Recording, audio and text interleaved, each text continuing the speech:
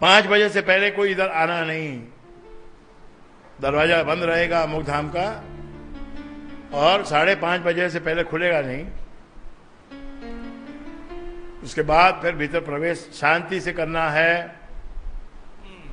अभी तक हमने कभी भी जो रास्ते में वो लगाते हैं, डंडे लगाते हैं, वो जो रस्सियां लगाते हैं, इस दरबार में हमने आज तक नहीं लगाई है, क्योंकि हमें पता है कि आप लोग डिसिप्लिन वाले लोग हो।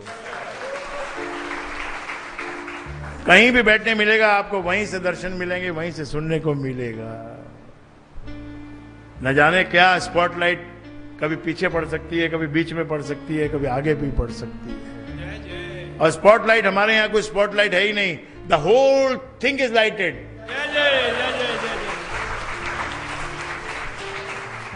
आपका मन 100% लेके आना, बस इतना ही है। ये दुविधा नहीं रखना कि साला उधर धंधा मेरा छूट रहा है, या घर में मेरे कुछ हो रहा है, या ये हो रहा है, आज बाई नहीं आई। अरे इतना बड़ा सत्संग और उतनी छोटी सी बाई उसको ले, इसके कारण से भाई, अरे घर मैला पड़ा रहने दो ना, क्या बात है। बर्तन झूठे पड़े रहने दो, क्योंकि भोजन तो इधर ही करना है।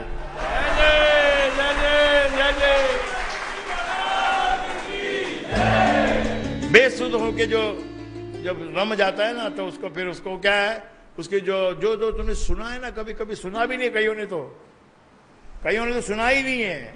और जिन्होंने सुना है उसने क्या देखा है? कुछ नहीं देखा है उसने, कोई स्थिति देखी नहीं आपने। ऐसी स्थिति भी यहां हुआ करती थी कि धुन लगती थी तो कितने लोग नाचते नाचते गिर जाते थे, बेहोश हो जाते थे, पसीनम पसीना हो जाते थे, इतना खो जाते थे, अपना अपना अहंकार ही भूल जाते थे, अपने आप को भूल जाते थे। ऐसा आज भी होता है, ऐसा नहीं है नहीं होता है, लेकिन उस बात को बढ़ने दो, खिलने दो, आत्मा को और खिलने दो, पूरा 100% की तरफ चलो। पूर्ण काम बनो, पूर्ण काम बनो, पूर्ण काम बनो। क्वेश्चन मार्क, संशय, ये सब चीजें हैं ना, ये सब नेगेटिव, ये सब तुम्हारे को उल्टा सीधा जो है ना, कहानी अंदर चलती रहती है, कहानी बड़ी चलती रहती है अंदर। गुरु को गुरु के रूप से देखो, गुरु तुम्हारा क्या है वो मत देखो। तुम गुरु को तुम अपने रूप से, अपने रिलेशन से देखोगे तो वो रिलेशन ही नजर आएगा।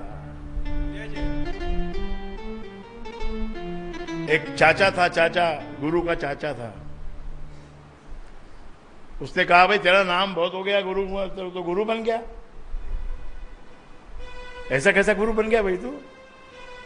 तेरे को तो हमने गोदी में खिलाया है, तेरे तो हमने पोटी भी साफ की है, तू इतना कितना बड़ा गुरु बन गया? तो भाई गुरु बन गया, ये तो सभी माँ के गोद में पैदा होते हैं, सभी की माँ पोटी साफ करती है। आगे क्या होता है वो बड़ी बात है। पोटी साफ किया वो बच्चों की, वो तो होता ही है सबका, लेकिन उसके आगे क्या हुआ वो बताओ। उसने कहा देखो चाचा जी, आप मेरे लगते हो चाचा, आपको मुझ में गुरु नजर नहीं आएगा। बोले नहीं, बस बहुत दिन हो गए कोशिश करते हुए, लेकिन अब तो दिखा दे। बोले नहीं नहीं, तेरे को नहीं मिलेगा, नहीं दिखेगा, कि देखना चाहता हूं तो सभा में आ जाना। सभा में आके बैठ गया चाचा, गुरु की सभा चालू हो गई। जानबूझकर गुरु बार बार कोई बात समझाए और चाचा की तरफ इशारा करे, क्यों बेटा? आई बात समझ में? तो उसको बड़ी झाल आवे कि मेरे को बेटा बोलता है। फिर वो कुछ बात बोले और घूम फिर के उसी की तरफ इशारा करके, क्यों बेटा ठीक है? उसको झाल अंदर आई तो खड़ा हो गया वो कि मैं तेरा चाचा हूं, बेटा नहीं हूं। वो इसने कहा तो इसीलिए आपको जो है ना मेरे अंदर गुरु दिखाई नहीं पड़ता है। रिलेशंस को कट करो, केवल प्योर, और आंखें बंद करो ना। क्या देखना है व्यक्ति को, क्या देखना है? और व्यक्ति को देखना है तो उसमें खो जाओ, व्यक्ति को बुला दो, गुणों को देखो, प्रकाश को देखो, नूर को देखो। जय जय।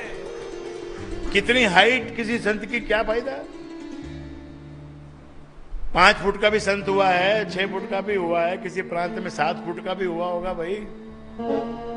और कोई मोटा भी होता है, कोई पतला भी होता है, किसी के बड़े बाल होते हैं, किसी के नहीं होते हैं। ये तो बाहरी वेश है, ये कोई परिवेश है, इससे कुछ पता नहीं चलता है। इसीलिए तो कबीर जी ने लिखा कि जात ही न पूछो साधु की, पूछ लीजिए ज्ञान। क्या कहता है वो पूछो, क्या कौन सी जात का है उससे कोई मतलब नहीं। मयान में कौन सी, मयान के अंदर तलवार रखी है उसका कोई मतलब नहीं, मयान का खास मतलब नहीं। जब निकलती है उसके अंदर कितनी धार है, कितनी शक्ति है, उस चीज की कीमत है।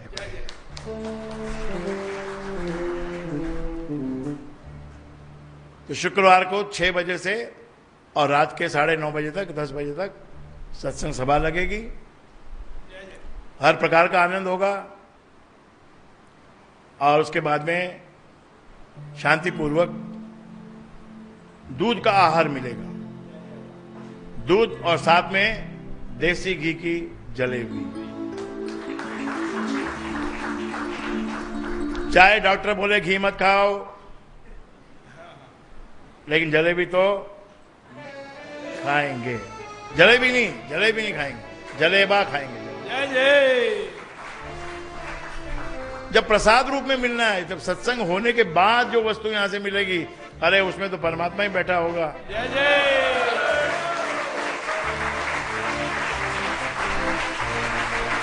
उससे कोई ब्लॉकेज होता है क्या? उससे कोई ब्लॉकेज नहीं होता है। आप देखो नवरात्रा हुआ ना, अभी नवरात्रे में लास्ट का जो दिन होता है, अष्टमी और नवमी, इस दिन पूड़ी बनाई जाती है, हलवा बनाया जाता है, सब्जी आलू की बनाई जाती है। ये अष्टमी और नवमी का भी आपको भेद बता देता हूं। बहुत लोगों, कोई बोलता है मेरे लोग तो अष्टमी करा, थे लोग नवमी करो। क्या मतलब, ये बात को क्या मतलब है भाई? है तो देखो, अष्टमी जो है वो जो विधान बताया गया है दुर्गा सती में,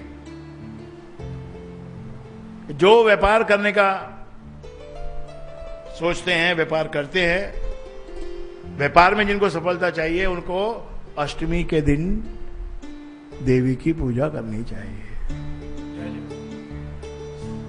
और जो ओवरऑल प्रसन्न रहना चाहते हैं, आनंद में रहना चाहते हैं, सत्संग से जुड़े रहना चाहते हैं, और जो धार्मिक प्रवृत्ति को अधिक बढ़ाना चाहते हैं, लाइफ को जो ऑल राउंड वे में जीना चाहते हैं, उनको नवमी करनी चाहिए। नवमी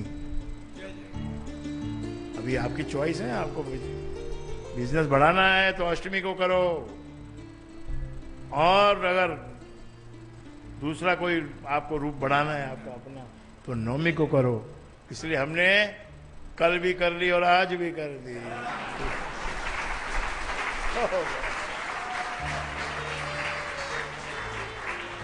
डॉक्टर ने मना किया है पूड़ी नहीं खाने का, हलवा नहीं खाने का, लेकिन मैंने देखा कि नॉर्मल डे पे अगर हम पूड़ी हलवा या कुछ ऐसी चीज बना के खाते हैं तो तकलीफ होती है।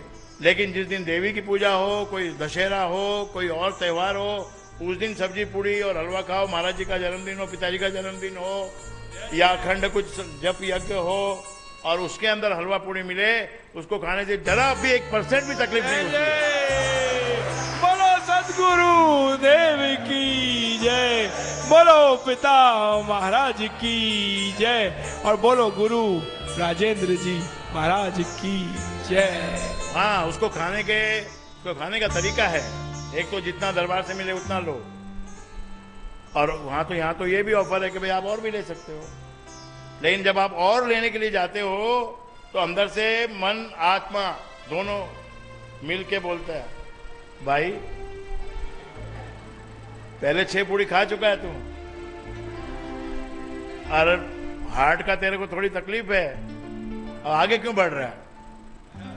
कि जी बहुत स्वाद है।